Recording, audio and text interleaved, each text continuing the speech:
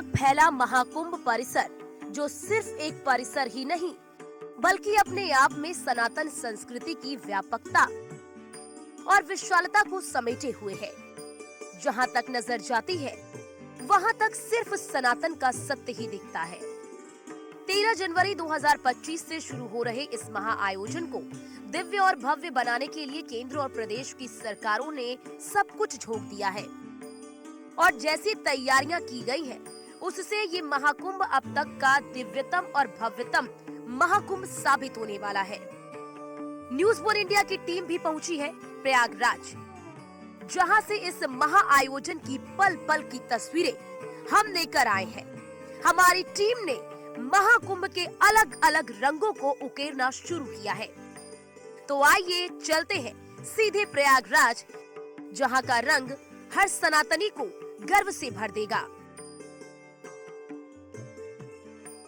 आस्था के महाकुंभ को लेकर प्रयागराज की धरती पूरी तरह से तैयार हो चुकी है और न्यूज़ वन इंडिया की टीम भी लगातार आस्था के महाकुंभ से जुड़ी पल पल की खबर आप तक पहुंचाता रहेगा। और न्यूज़ वन इंडिया की टीम इस वक्त पहुंच चुकी है प्रयागराज में। इस वक्त हम मौजूद है वीआईपी घाट पे।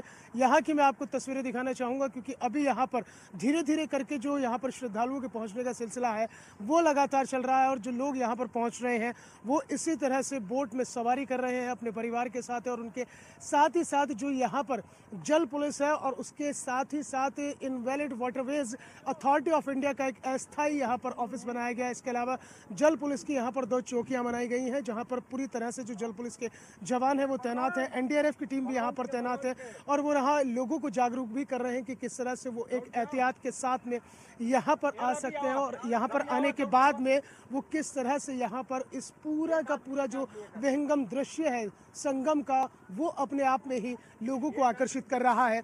मेरे सहयोगी पवन पटेल मेरे साथ है। पवन, आप पिछले काफ़ी दिनों से यहाँ की तैयारियों का जायजा भी ले रहे हैं, देख रहे हैं किस तरह की अभी तैयारियां हैं अगर वीआईपी घाट की बात करते हैं तो?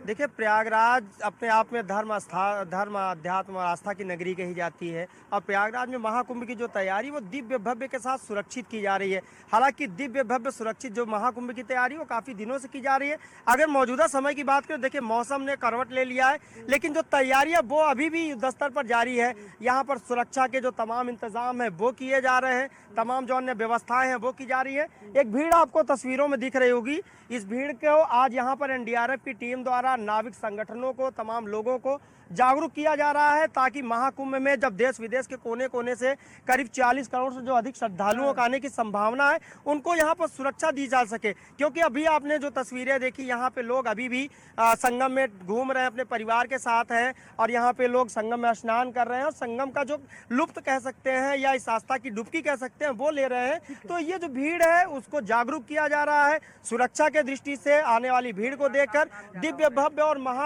महाकुंभ को सुरक्षित बनाने की तैयारी है, जो कवायद है वो की जा रही है। तो तैयारियां निश्चित रूप से हम कह सकते हैं युद्ध स्तर पर की जा रही है और आने वाले दिनों में जब महाकुंभ में देश विदेश के कोने कोने से जब 40 करोड़ से अधिक जो श्रद्धालु आएंगे और सूबे की जो योगी सरकार है वो लगातार श्रद्धालुओं को यहाँ पर सुरक्षा देने की पूरे पुख्ता इंतजाम कर रही है। तो वो तैयारियां हैं, निश्चित रूप से श्रद्धालुओं को बेहतर सुरक्षित कुंभ देखने को मिलेगा। बिल्कुल, जाहिर तौर पर एक भव्य दिव्य और सुरक्षित महाकुंभ, यानी कि जहां पर 42 करोड़ से ज़्यादा यहाँ पर श्रद्धालुओं के पहुंचने की संभावना है। और निश्चित रूप से ये धार्मिक आस्था है और धार्मिक मान्यता है कि मौसम खराब होने के बावजूद भी जो तैयारियां हैं कुंभ को लेकर वो लगातार युद्ध स्तर पर चल रही है। तस्वीरें मैं आपको दिखाना चाहूँगा कि जो यहाँ पर वीआईपी घाट है और वो यहाँ पर पूरी तरह से तैयार किया जा रहा है और तो जो तमाम मजदूर है वो पूरी शिद्दत के साथ काम कर रहे हैं। हमारे साथ जल पुलिस प्रभारी यहाँ पर मौजूद है। आपका बहुत बहुत स्वागत है न्यूज़ वन इंडिया पर। किस तरह की तैयारियाँ अभी चल रही हैं और जल पुलिस की कितनी टुकड़ियां तैनात हैं ताकि जो एक भव्य दिव्य और सुरक्षित कुंभ कराया जा सके? जल पुलिस की पूरी व्यवस्था पूरे संगम क्षेत्र में जहां पर जितनी आवश्यकता है उससे अतिरिक्त भी हमने फोर्स मंगा लिया है। सारी व्यवस्था बिल्कुल पूर्ण रूप से तैयार है। आने जाने वालों की पूर्ण रूप से जो सुरक्षा का दायित्व हमारे ऊपर है। सरकार के द्वारा प्राप्त निर्देशों और उच्चाधिकारियों द्वारा प्राप्त निर्देशों का पालन करते हुए हम लोग अपनी तरफ से पूर्ण प्रयास के साथ, पूर्ण सुरक्षा के साथ हम लोग इस कार्य को संपादित कर रहे हैं। ये सभी लोगों के साथ साथ हम लोगों के लिए भी एक कुंभ का मेला नहीं, एक उत्साह का दिवस है और ये हिंदू और प्राचीन संस्कृति से जुड़ा हुआ है। हम लोग अपने कर्तव्यों का और दायित्वों का निर्वहन कर रहे हैं, जिसमें सभी पत्रकार बंधुओं और मीडिया भाइयों का भी बहुत बड़ा सहयोग है, जो आप लोग हमें और हम लोगों ये का। बताइए कि यहाँ पर वीआईपी घाट की अगर हम बात करें तो कितनी आपकी बोट अभी यहाँ पर जो है लगातार चल रही है? मतलब कितनी लगातार जो बोट चल रही है? लगातार 26 बोट एक्टिव हैं वीआईपी घाट पे और सुरक्षा की दृष्टि से 6 बोट बिल्कुल सतर्क ये है कि अलर्ट मोड पे है। यानी कि कुल मिलाकर 26 जो बोट हैं वो तो पूरी तरह से लगातार चल रही हैं। उसके अलावा उन्हें कवर करने के लिए भी जो है 6 बोट अतिरिक्त लगाई गई हैं कि अगर कहीं किसी तरह की कोई स्थिति बनती है तो फौरन ही जल पुलिस एक्टिव हो जाएगी। तो कुल मिलाकर वीआईपी घाट पर जो है तैयारियां वो अंतिम चरण में चल रही हैं और यहाँ पर जो एक विहंगम दृश्य है जिसका इंतजार सभी को है कि जब पहला स्नान होगा और उस स्नान के दौरान जो विहंगम दृश्य यहाँ पर दिखाई देगा उसका कहीं ना कहीं सभी को इंतजार होगा। आप न्यूज़ 1 इंडिया के साथ बने रहिएगा। आस्था के इस महाकुंभ में हम लगातार आप तक अपडेट पहुंचाते रहेंगे।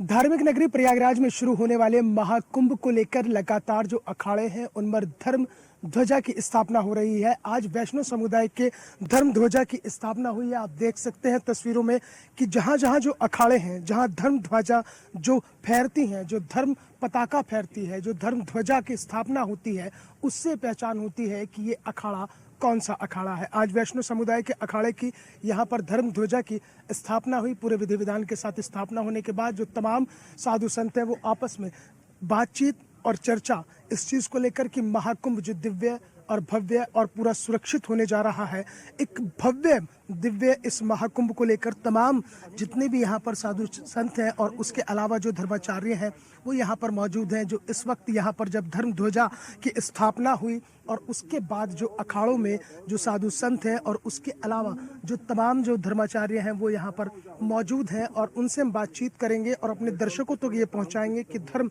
ध्वजा का क्या महत्व होता है, धर्म ध्वजा की स्थापना कैसे होती है और कैसे जब धर्म ध्वजा की स्थापना होती है उसके बाद में जो अखाड़ों की एक पहचान है वो अखाड़ों की पहचान सबके सामने निकल कर आती है और उसी से ये पहचान होती है कि ये जो अखाड़ा है वो कौन सा अखाड़ा है। इस धर्म ध्वजा से ही उसकी पहचान होती है। तो वैष्णव जो समुदाय है उनके धर्म ध्वजा की स्थापना हुई है और स्थापना होने के बाद में जो तमाम यहाँ पर बातचीत का सिलसिला है वो यहाँ पर चल रहा है, क्योंकि उसके बाद में जो है वो आपस में उन चीज़ों को देखेंगे और उसमें बात करेंगे। हम ये बताइएगा जी, धर्म ध्वजा की आज स्थापना हुई है, हमारे दर्शकों को ये बताइए कि धर्म ध्वजा का जो महत्व है किस तरह से स्थापना होती है। धर्म ध्वजा का महत्व यही है कि हनुमान जी महाराज जी का उस दिन साक्षात अपना प्रतीक है कि हनुमान जी साक्षात वहाँ बैठ गए आज यहाँ पर, और हनुमान जी का प्रतिष्ठा हो गया।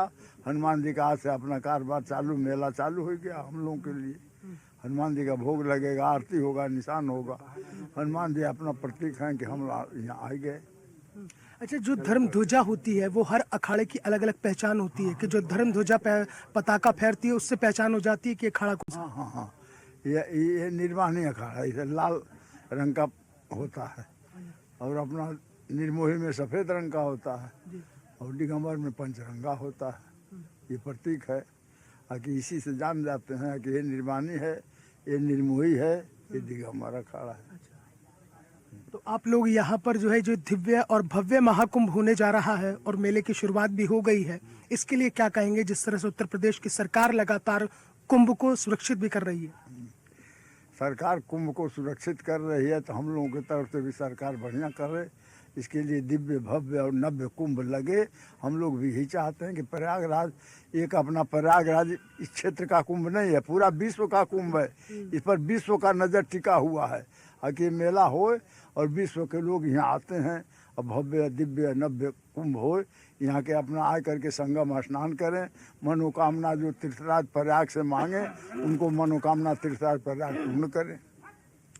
तो कुल मिलाकर प्रयागराज की धरती पर जो भव्य दिव्य और नव्य महाकुंभ को लेकर जो तैयारियां हैं वो अब अंतिम चरण में पहुंच चुकी हैं और जो अखाड़े हैं उन अखाड़ों का भी यहाँ पर धर्म ध्वजा की स्थापना होना शुरू हो चुकी है और वैष्णव समुदाय के जो धर्म ध्वजा की स्थापना हुई है, लाल रंग का निशान है और भगवान जी यहाँ पर, हनुमान जी यहाँ पर आ चुके हैं। ये यहाँ पर जो तमाम धर्माचार्य हैं उनका ये कहना है कि जैसे ही धर्म ध्वजा की स्थापना होती है तो चूंकि उनका जो धर्म ध्वजा है उसका लाल रंग का निशान है, तो यहाँ पर भगवान हनुमान जी आकर विराजमान हो गए हैं। अब वही इस मेले को चलाएंगे और धर्म ध्वजा की जो पताका फैल रही है लाल रंग की, उस पर जय श्री राम, ये साफ तौर पर संकेत देता है कि भगवान हनुमान यहाँ पर विराजमान हो गए हैं। तो कुल मिलाकर अलग अलग अखाड़ों की पहचान उनकी धर्म ध्वजा होती है और उन धर्म ध्वजा से ही अखाड़ों की पहचान होती है।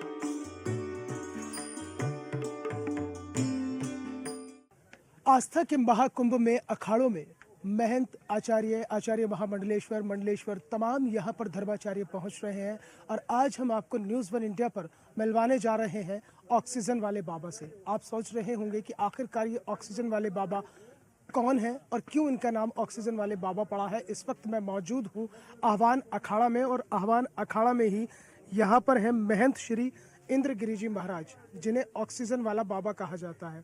आप तस्वीरें देखेंगे कि पिछले तकरीबन 4 साल से महंत श्री इंद्रगिरी जी महाराज और ऑक्सीजन वाले बाबा ऑक्सीजन पर ही जिंदा हैं, आते हैं जाते हैं, तमाम धार्मिक आयोजनों में जाते हैं और अब आस्था के इस महाकुंभ में भी वो यहाँ पर पहुँचे हैं और ऑक्सीजन के साथ ही पहुँचे हैं। जहाँ भी जाते हैं ऑक्सीजन सिलेंडर इनके साथ जाता है, ऑक्सीजन लगी रहती है, हल्का फुल्का भोजन ग्रहण करते हैं।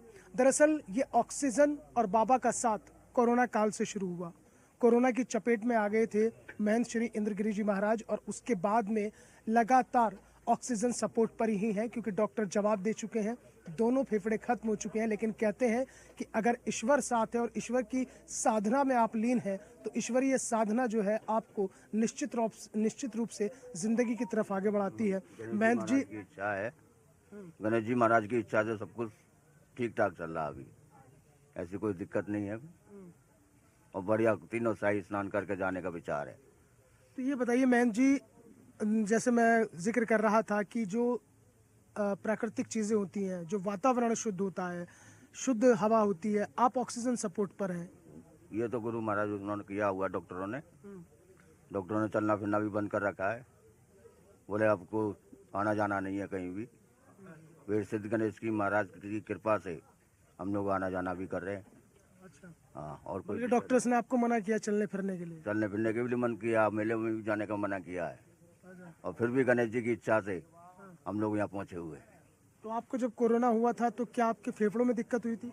कोरोना नहीं हुआ हमारे, कोरोना से नहीं हुआ हमारे, ये सर्द गर्म बनने से हुआ कोरोना काल में था ये? 2021 हरिद्वार कुंभ मेला उसमें हुआ था। अच्छा, तो तब से आपके फेफड़ों में दिक्कत है? दिक्कत ही है जब से, और हमारे 6 ऑपरेशन भी हो चुके हैं। डॉक्टरों ने सभी जगह जवाब दे दिया है और मना भी किया आने जाने के लिए, बोले कहीं आना जाना नहीं। और फिर भी गुरु महाराज की, गणेश जी की इच्छा से हम आना जाना हर जगह करते हैं।